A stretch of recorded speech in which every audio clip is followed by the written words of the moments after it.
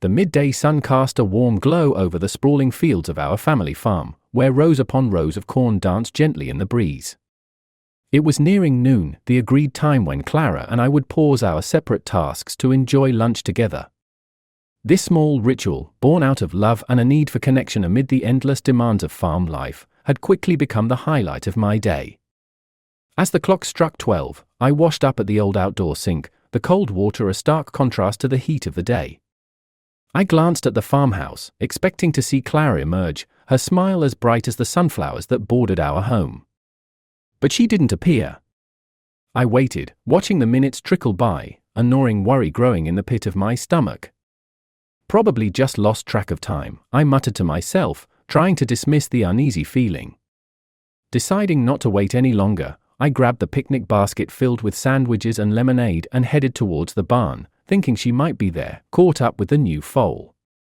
The barn was cool and dim, the air filled with the scent of hay and the soothing sounds of animals shuffling in their stalls. "Clara?" I called out, my voice echoing slightly off the high ceilings. No response. I moved further inside, my boots crunching softly on the straw-covered floor. That's when I heard it, a faint giggle from above, not belonging to my wife. My brow furrowed in confusion, and I headed towards the ladder leading to the hayloft. As I climbed, the sounds became clearer, laughter mingled with whispers. My heart pounded in my chest with each step I took. Reaching the top, the scene before me froze me in place. There, in the half-light filtering through the loft window, was Clara, my wife of 5 years, looking disheveled and half-dressed. Beside her, equally undressed, was Tom, one of our seasonal workers, his hand on her bare shoulder. The basket slipped from my fingers, thudding onto the floor, as they turned in shock, their faces flushing red. "John!"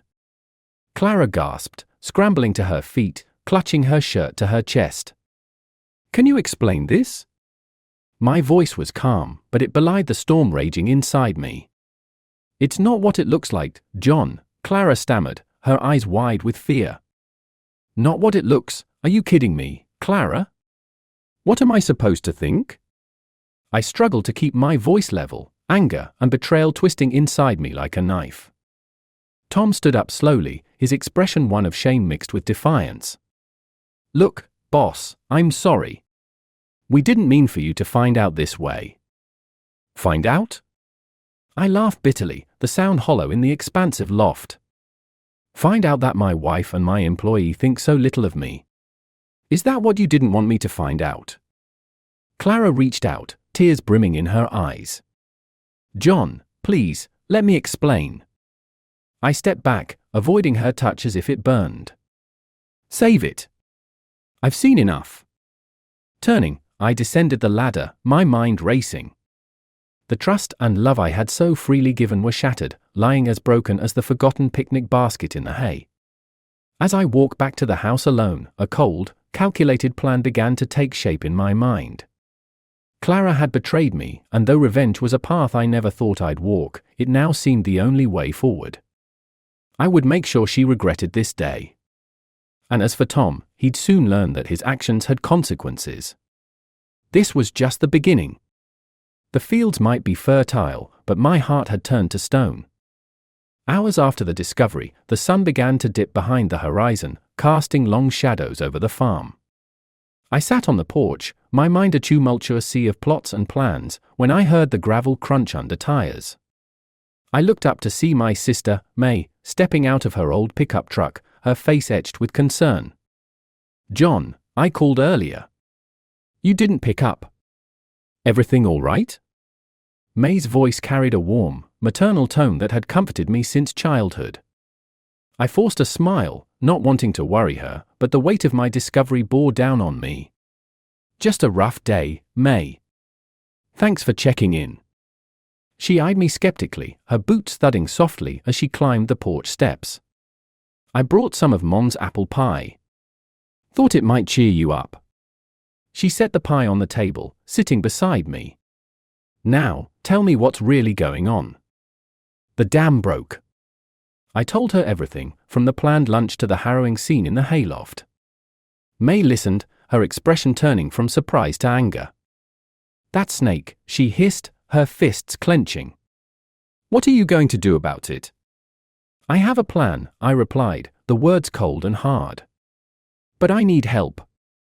I can't do this alone." May nodded, her jaw set. "You've got me." "What's the plan?" "I need to gather evidence. Tom's been sneaking around, and I bet he's been dipping into the farm funds too. I need proof of everything." "And Clara?" May asked, her voice softer now. "I'll deal with Clara in my own way. But for now, let's start with Tom. I also need to talk to Hank. He's been with us longer than anyone, he knows the ins and outs." Sunset turned to dusk as we plotted. The plan was to set a trap for Tom, using the farm accounts as bait. May would help by distracting Clara, keeping her away from the barn while I confronted Tom with hidden surveillance. The next day, as the sun climbed high, May and I put our plan into action. I called Hank over, explaining the situation in hushed tones in the back of the barn. Hank, a burly man with years of loyalty to our family, nodded grimly. "I had a feeling something was off," Hank murmured, his voice low. "Porch steps. Been too flashy lately. New boots, fancy phone. Doesn't add up. Can you help me set up the cameras in the office?" "I need to catch him red-handed," I said. "You got it, boss." "Let's nail that scoundrel," Hank replied, his usual calm demeanor replaced by a steely resolve. As we wired the office with hidden cameras, May took Clara out under the pretense of needing her help at the local community center.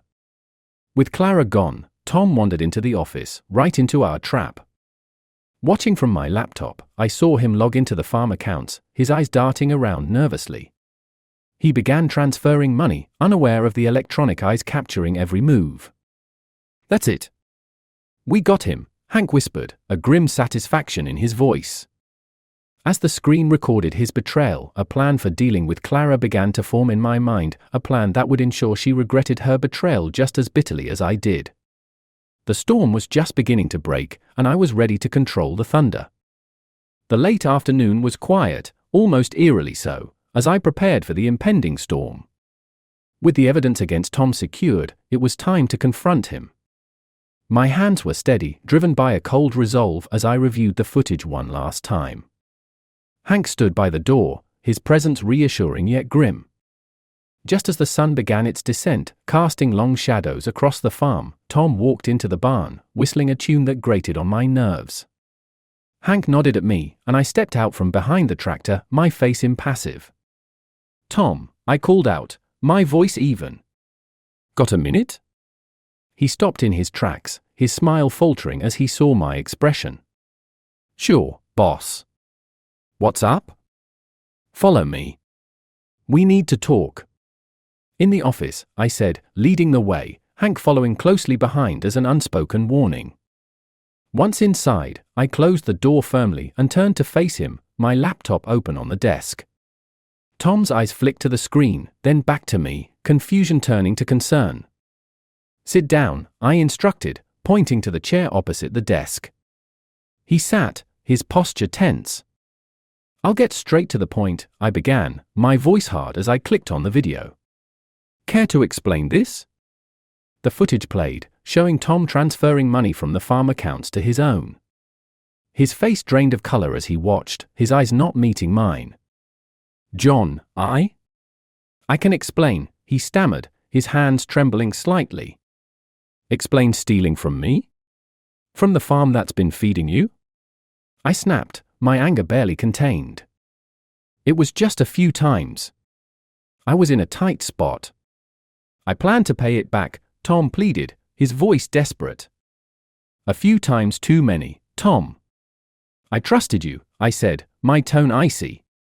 "You're fired, effective immediately. And I want the stolen money returned by the end of the week or I'm pressing charges." Tom nodded miserably, standing up slowly. "I'm sorry, John. Truly, I am." "Sorry doesn't fix what you broke," I replied. As he left the office, deflated and defeated, I felt a pang of regret for the man he could have been but pushed it aside. There was still one more betrayal to address. With Tom dealt with, it was time for Clara. My heart hardened at the thought of her deception. When I returned to the house, I found her in the kitchen, a false normalcy as she hummed softly while chopping vegetables. "Clara, we need to talk," I said, leaning against the doorframe, my arms crossed. She jumped slightly, turning to face me, her smile faltering as she saw my expression. "John, what's wrong?" "Let's not pretend you don't know," I said coldly, walking towards her until I stood just a foot away, the tension palpable. Her eyes filled with tears, her voice a whisper. "John, I'm so sorry. I never meant to hurt you." "You did more than just hurt me, Clara." "You broke us," I said, my voice breaking despite my resolve. "What can I do to make this right?" she asked, her voice trembling. "Nothing." "It's too late for that," I replied. "I need some time to think about what's next. For now, I think it's best if you stayed with your sister." Her face crumpled at my words, but she nodded, understanding the gravity of her actions. "I'll pack some things," she whispered, wiping away tears. As she moved past me, the distance between us felt like miles. In my pocket, my phone buzzed, a reminder of the many decisions that lay ahead, not just about our marriage, but about the future of the farm and my own heart.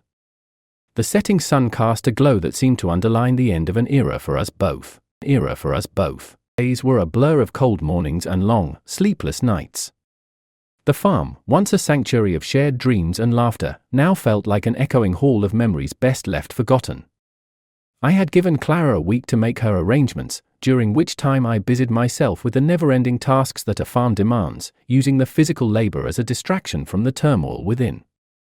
On the day Clara was to leave, a grey, overcast sky seemed to mirror the heaviness in my heart. I found her in the living room, her suitcase packed, her eyes red from crying. She stood as I entered, her posture resigned. "John, before I go, there's something you need to know," she began, her voice steady despite the obvious pain. "It's about the farm's finances." I frowned, a twinge of suspicion flickering within me. "What about them?" She took a deep breath, steeling herself. "I've been managing the books, and I've noticed discrepancies for months. Money missing, numbers not adding up. I thought it was a mistake, but then I realized it was Tom. He's been embezzling for far longer than you know." I stood there, stunned. "Why didn't you tell me sooner?" "I wanted to be sure before I accused him. And then, when you found us that day, I was actually confronting him about it. It wasn't what it looked like. We were never involved. It was all a setup." "A setup?" The words echoed in my mind, confusion and disbelief warring within me. "A setup? By whom?" "By Tom. He knew I was onto him. He planned the whole scenario, knowing how it would look. He thought it would throw you off, make you doubt me." Her voice trailed off, filled with regret and sorrow. I processed her words, the implication sending a chill down my spine. Had I been so blinded by betrayal that I couldn't see the truth? "Why should I believe you now?" I asked, my voice low. Clara reached into her purse, pulling out a stack of bank statements and emails. "Here. This is the proof. I was going to show you that day, but..." I took the documents from her, my eyes scanning the evidence of Tom's deceit. It was all there, black on white, the dates, the amounts, his plan laid bare. "I'm so sorry, John. I should have handled it differently," Clara said, tears spilling over once again. I looked at her, really looked, and saw the woman I had fallen in love with, her integrity intact despite the shadows of doubt that had clouded my judgment. "Clara," I started, but was interrupted by the sound of tires on gravel outside. We both turned as May burst into the room, her expression one of urgency. "John, you need to see this," she said, handing me her phone. It was a video, taken by Hank. It showed Tom, laughing, bragging to someone on the phone about how he had set everything up, how he had fooled everyone, how he thought he would get away with it. The final pieces clicked into place, the entire deceit laid bare before my eyes. "Clara," I I struggled to find the words, the enormity of my mistake crashing down on me. "John, it's okay. I understand why you thought what you did," she said softly, placing a hand on my arm. "But I can't stay. Not after everything. I need time to heal, and maybe so do you." I nodded, unable to speak, my throat tight with emotion. We walked to her car, the silence between us a palpable thing. As she drove away, the sun broke through the clouds, a sliver of light in the gloom. I stood there long after her car had disappeared, the documents clutched in my hand, a bitter reminder of how easily trust could be shattered and the devastating consequences of a mistake fueled by misplaced vengeance. Clara was gone, and this time, I knew, it was forever. The farm would recover, but my heart? That remained to be seen.